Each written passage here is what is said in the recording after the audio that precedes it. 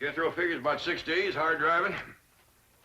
Where are you going with that wood? Oh, Granny wants it on the truck. Put it down. With all the wood we got back at the cabin, we sure ain't going to haul none from Beverly Hills. Oh, she says it's for on the way. On the way? Granny, what in the world do you do? I'm making sure we don't freeze to death. It's warm here. Won't be when we get in the mountains. You figure to keep that thing burning for us 6 days? And 6 nights. Don't forget, it's December every other place but here. Damn blame California. The weather's as mixed up as the people. I'll be glad when I get back where there's some snow and ice. I can't wait to see Ma and Jeff Green. Yeah, it'll be my fine Christmas present for your ma and your sister, or us dropping in on them like this. Now tell me again, exactly what did Marie say? Simply said the Clampetts were loading their truck and appeared to be moving out. Why? What could have happened? Who offended them? Whoever it was, I'll have them driven out of Beverly Hills. Chief, don't get so upset. I know a man with $25 million in your bank is... Is that why you think I'm upset? Because Jed Clampett has $25 million in my bank? Isn't it? Of course not. The thing that upsets me is the fact he might take it out. Faster. I don't know whatever happened to the key to that door, but I reckon with our stuff out of there, ain't nothing left anybody want to take, except them old pictures. Oh, Miss Hathaway says a couple of them pictures is Rembrandt. All right, after Christmas, we'll see he gets them back. Where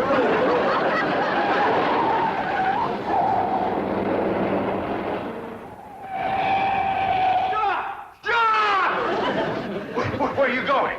Going home. What?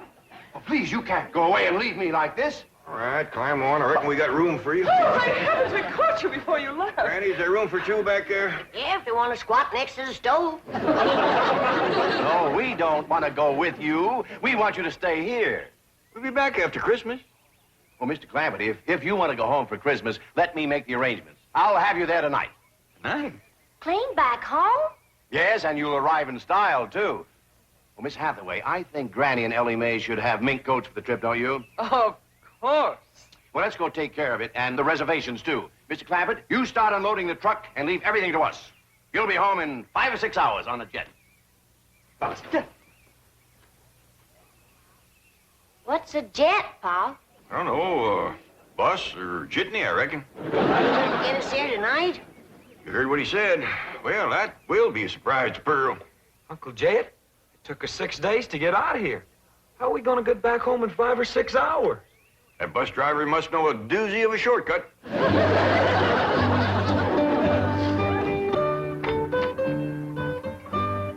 Pat, have we got plenty of champagne and caviar? I guess so. Why? The entire first-class section is reserved for a family of VIPs, the Clampetts. Wow.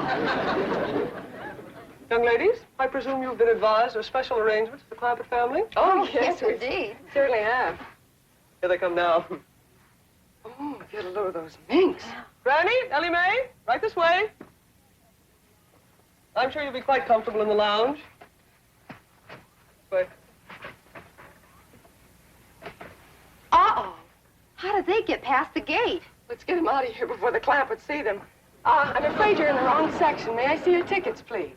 Well, I don't think we got any. See, this bus sure is fancy. But you've come to the wrong place. You want the bus station. Now just go back the way you came and ask for the Traveler's Aid. Now they'll help you. Oh, yeah. Well, thank you, ma'am. Granny, Ellie Mae, come on. We're on the wrong bus. Mr. Clampett, what's the trouble? This is Mr. Clampett? Of course. Right this way. Jethro? Here, Jethro. Keep the tickets. Now, Mr. Clampett, you have the money Mr. Drysdale gave you. Yes, ma'am. Right here. A limousine will meet you and take you to Pearl's house. And Mr. Drysdale is phoning ahead to Mr. Brewster to be sure your cabin is in order. Well, don't let him give away a surprise to Pearl. Oh, he won't. Well, happy landing, Merry Christmas, and au revoir. Merry Christmas to you, too. And Jethro, here's something for you if you promise to bring it back to me. Take good care of them, and remember, the tall, young, good-looking one is mine.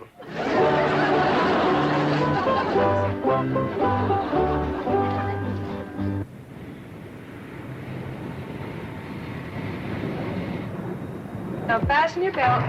Well, I ain't wearing one, ma'am. Just McGillison's. I meant your seat belts. Doggies. This is a fancy bus.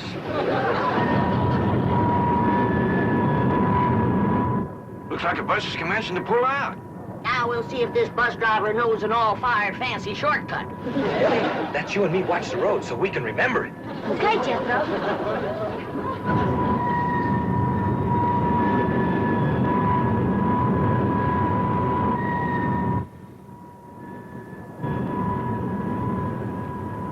If you ask me, this bus driver of ours is lost. Just keeps us circling and turning. You know there's no shortcut yet. Ring, ring.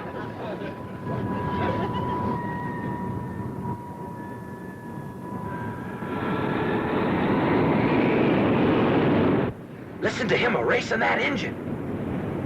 Yeah, but the wheels must be spinning in the mud. We ain't moving.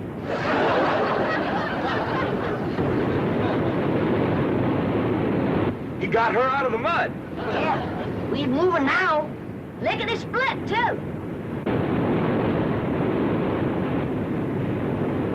My doggies, if he gets to going much faster, this thing is gonna leave the ground.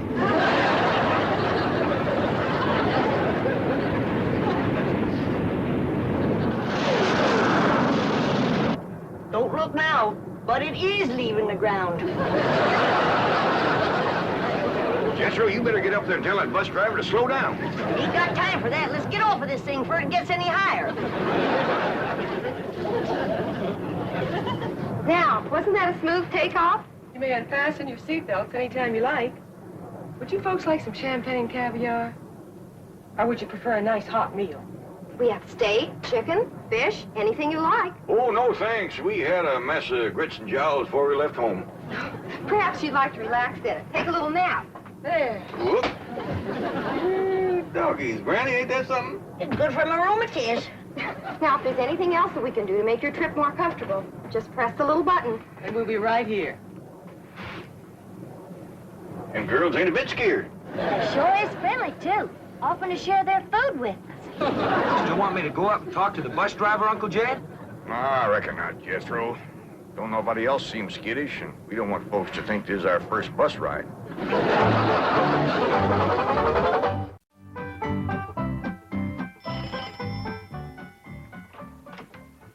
Howdy, Pearl. Homer Winch, when are you gonna learn not to walk into a body's house without a body inviting you? Well, I rang and you didn't come. You didn't give me time, you old coot. Now don't you never do that again. Get out of my parlor. I like you when you're mad, Pearl. You're an exciting woman. Homer, you get out of here. I don't have time for your foolishness. Jethrine and me's going to California to spend Christmas with Cousin Jed. Well, and I reckon you don't care to hear what I got to say. That's right. About Mr. Brewster. Mr. Brewster! Yeah, that tall, good-looking city fella works for the oil company. Drives that big car. What about him? Is he in town? I've been ordered from your parlor, Pearl. I think I'd best be going. Homer, I didn't mean it. Please, Homer, you tell me about Mr. Brewster, and I'll bake you a sweet potato pie. Well, And for dessert, red horse swimming in elderberry wine. you're an exciting woman, Pearl. Well, tell me. Well, you see, he stopped over at the Emporium to get some cheese and crackers. Said he was going to be over at Jed's cabin alone all day, and he didn't have no food. Thank you, Homer. Merry Christmas. Now, wait a minute, Pearl. You ain't going to do me out of my tater pie, are you? Well, of course not. You get it. Well, when? Well, I'll let you know. I'm busy right now. Bye, Homer. Ding, dang, darn it, I done it again. Let some pretty woman twist me around her finger. I hate to go home. Mama's going to give me the ticket.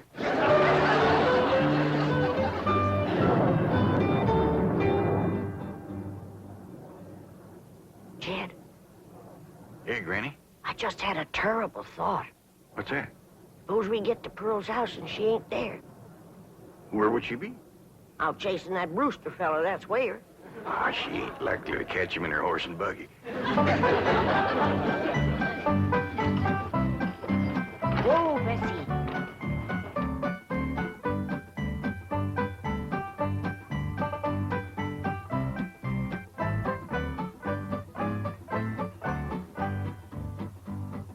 Now, Bessie, I play my cards right. You get to keep that there blanket permanent, 'cause I'm gonna have something else to keep me warm. A husband. Ain't that a beautiful word, husband? Husband.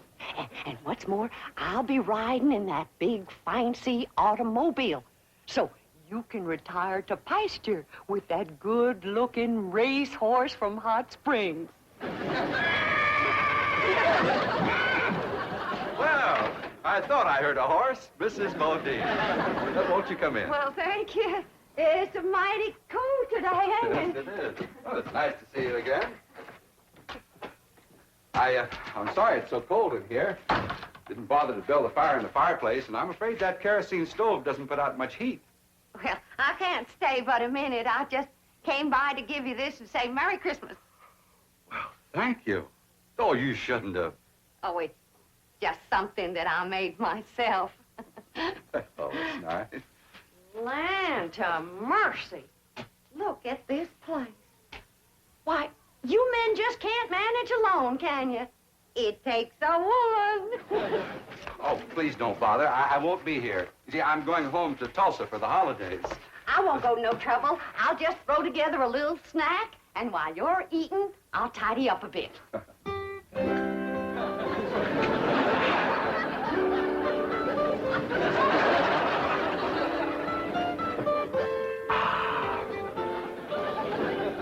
This is the most fantastic miracle I've ever seen. The way you produced this banquet right out of thin air.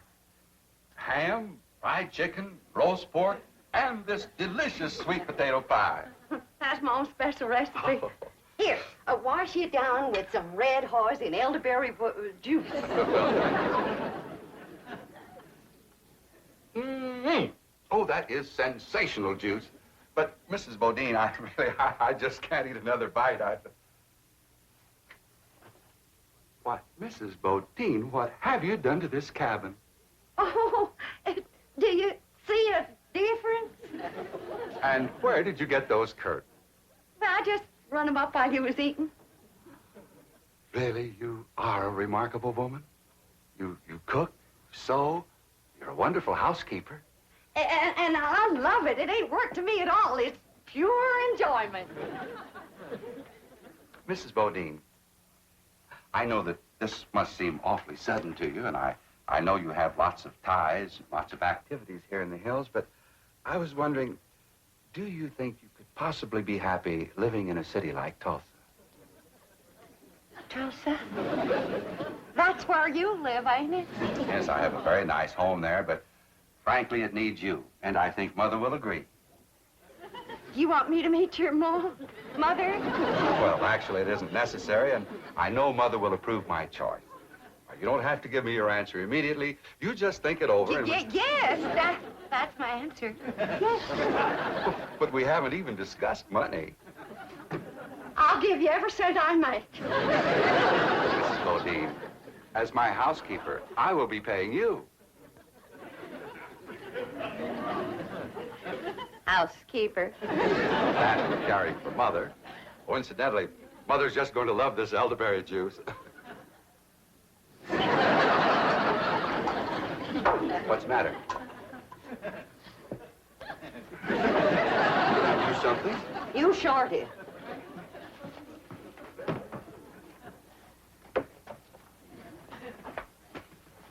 You let me cook for you. You let me sew for you.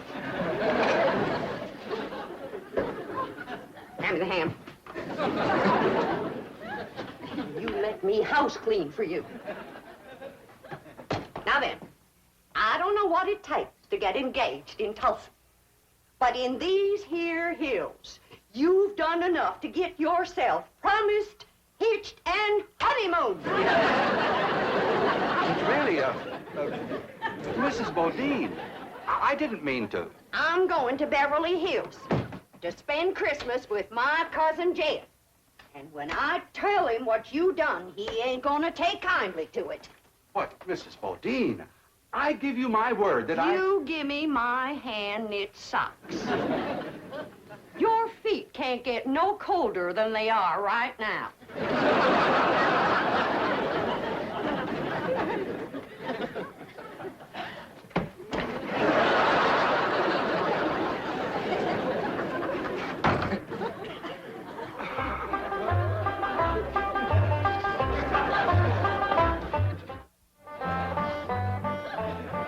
But, Mr. Drysdale, Pearl is on her way to California to see them.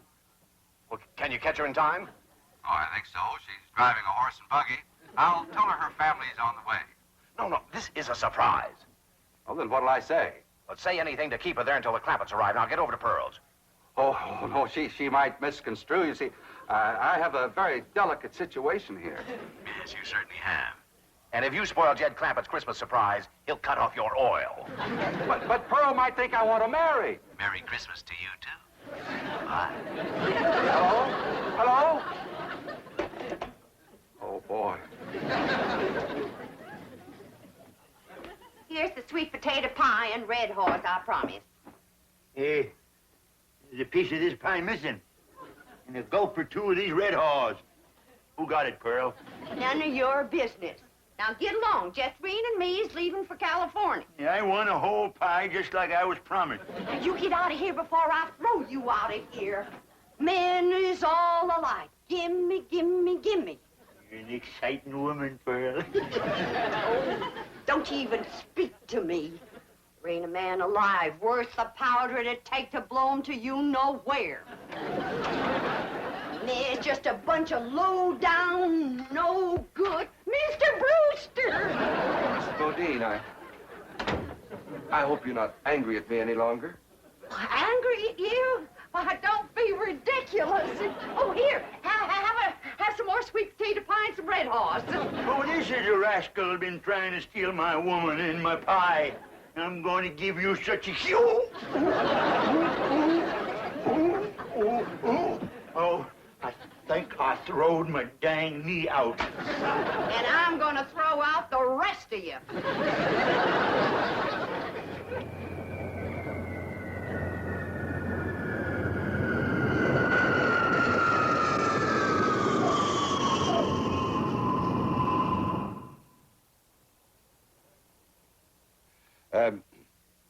You see, in my business, what I mean to say is that I'm away from home a lot. And, well, I think that a husband should, that is, what I mean to say is that, in my opinion, could I have another slug of that elderberry juice? No, you cannot. Now then, I've been sitting here for 3 solid hours listening to you, and you have yet to say one word that a widow woman could get her teeth into. Jethrine, bring the suitcases. Oh, please don't go. I ain't listening to one more word you got to say lest you say it on your knees. Don't come in yet, Jethrine. Say it. Please don't go. You are the slipperiest man that ever lived. Come on, Jethrine. You get out of my parlor and you stay out. You want me to throw him out, Ma? He can walk. Homer Winch, is that you again? No, Pearl, it's us.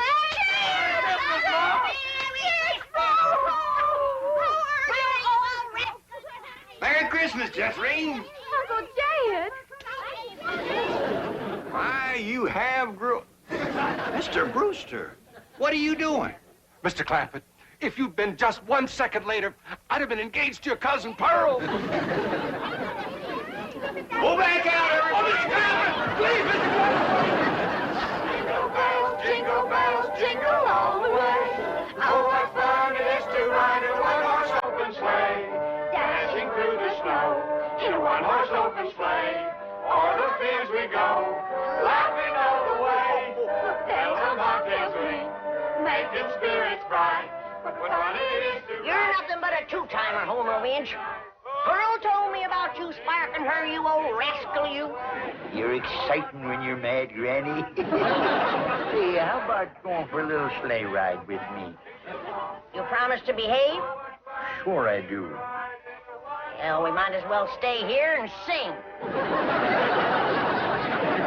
you a Merry Christmas. We wish you a Merry Christmas. We wish you a Merry Christmas and a Happy New Year.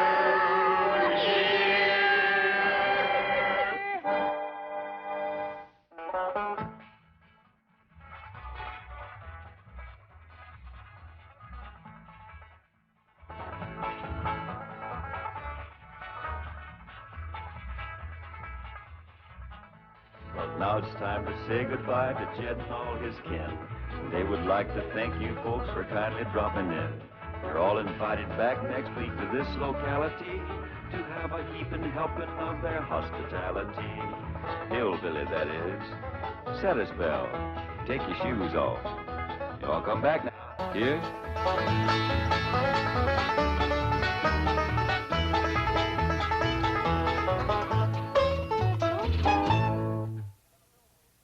This has been a Filmways presentation.